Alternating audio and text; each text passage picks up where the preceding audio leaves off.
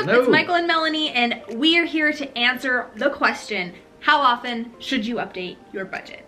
Now, some people say once a month, some people say once a week, some people say daily. What is a good, responsible, helpful measure to actually update your budget? I would say, I mean, all those answers are fine, but for me personally, I like to do the once a week strategy. And the reason why is the longer you go without updating your budget, the more likely it is that you'll forget why you spent money at, you know, store X or online website Y. You know, again, we kind of talked about this in another video, but the longer you go without looking at something, and if you don't have, you know, a receipt or something that shows you what you spent, the easier it becomes for you to forget why or what it was for. So keeping track of your budget pretty frequently is a good idea, especially if you're using credit cards, because you want to be on top of making sure that you're never missing a payment. You never want to incur late fees. You never want to let your credit get out of control. And typically when I update my budget, it's the same time that I'm also going through and paying off my credit card statements. So I kind of like to do those in tandem, but by doing that on a weekly or at least every other week basis, it always makes sure that you're keeping track of things pretty timely and you can catch things quickly, because I mean, we do still live in a world that sometimes your credit card is compromised and you have fraud, or someone charges something that you weren't expecting. And the sooner you can recognize that, the quicker you can actually deal with it and move on with it. So I'd say shoot for a week.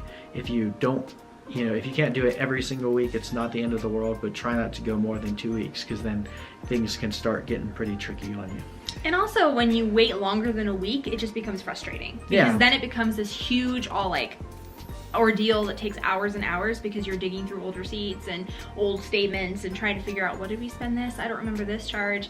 I can't even tell you how many times Michael's been like, did you spend this at this store? Right. And I'm like, what day is it? And he was like, it was Wednesday. And I was like, I was home on Wednesday. And then we're like, crap, someone hacked our card. Yeah. And then he's like, wait, I spent that on blah, blah, blah. So the sooner you do it, just the easier it becomes for you. So we would really recommend, try to build the habit of updating your budget, checking your balances and all this stuff weekly. Yeah, and one more point on that, you know, kind of to just piggyback off of this, is I know that there are some apps out there that actually update your budget for you automatically, which, I mean, some people find that that's the most preferred way to do it, and then granted, if you're doing that, this question isn't even relevant, but I personally recommend not using apps that automatically update your expenses. And the reason why is we, and we'll get into this in other videos as you can see, but we don't use cash for our expenses. We use credit cards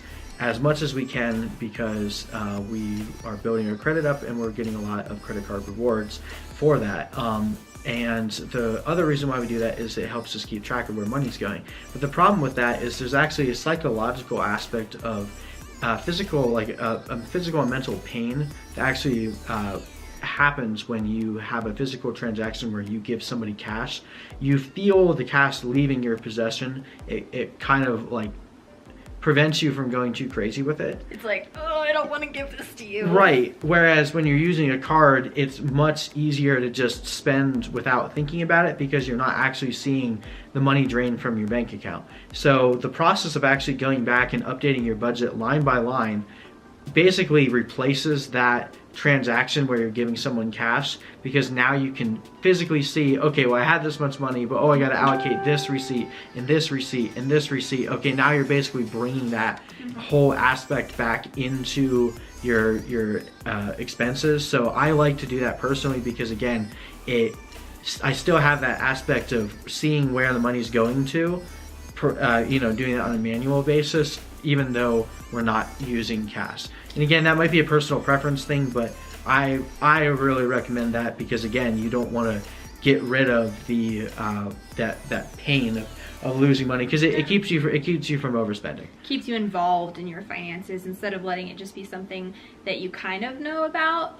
So that's our recommendation, is update your budget weekly as much as you can. Sometimes stuff happens and you can't, but try to build that habit of updating your budget weekly. And I would recommend, like, make it a date. You know, like, set it on your calendar, set reminders in your phone. Don't let it become something that just kind of passes you by.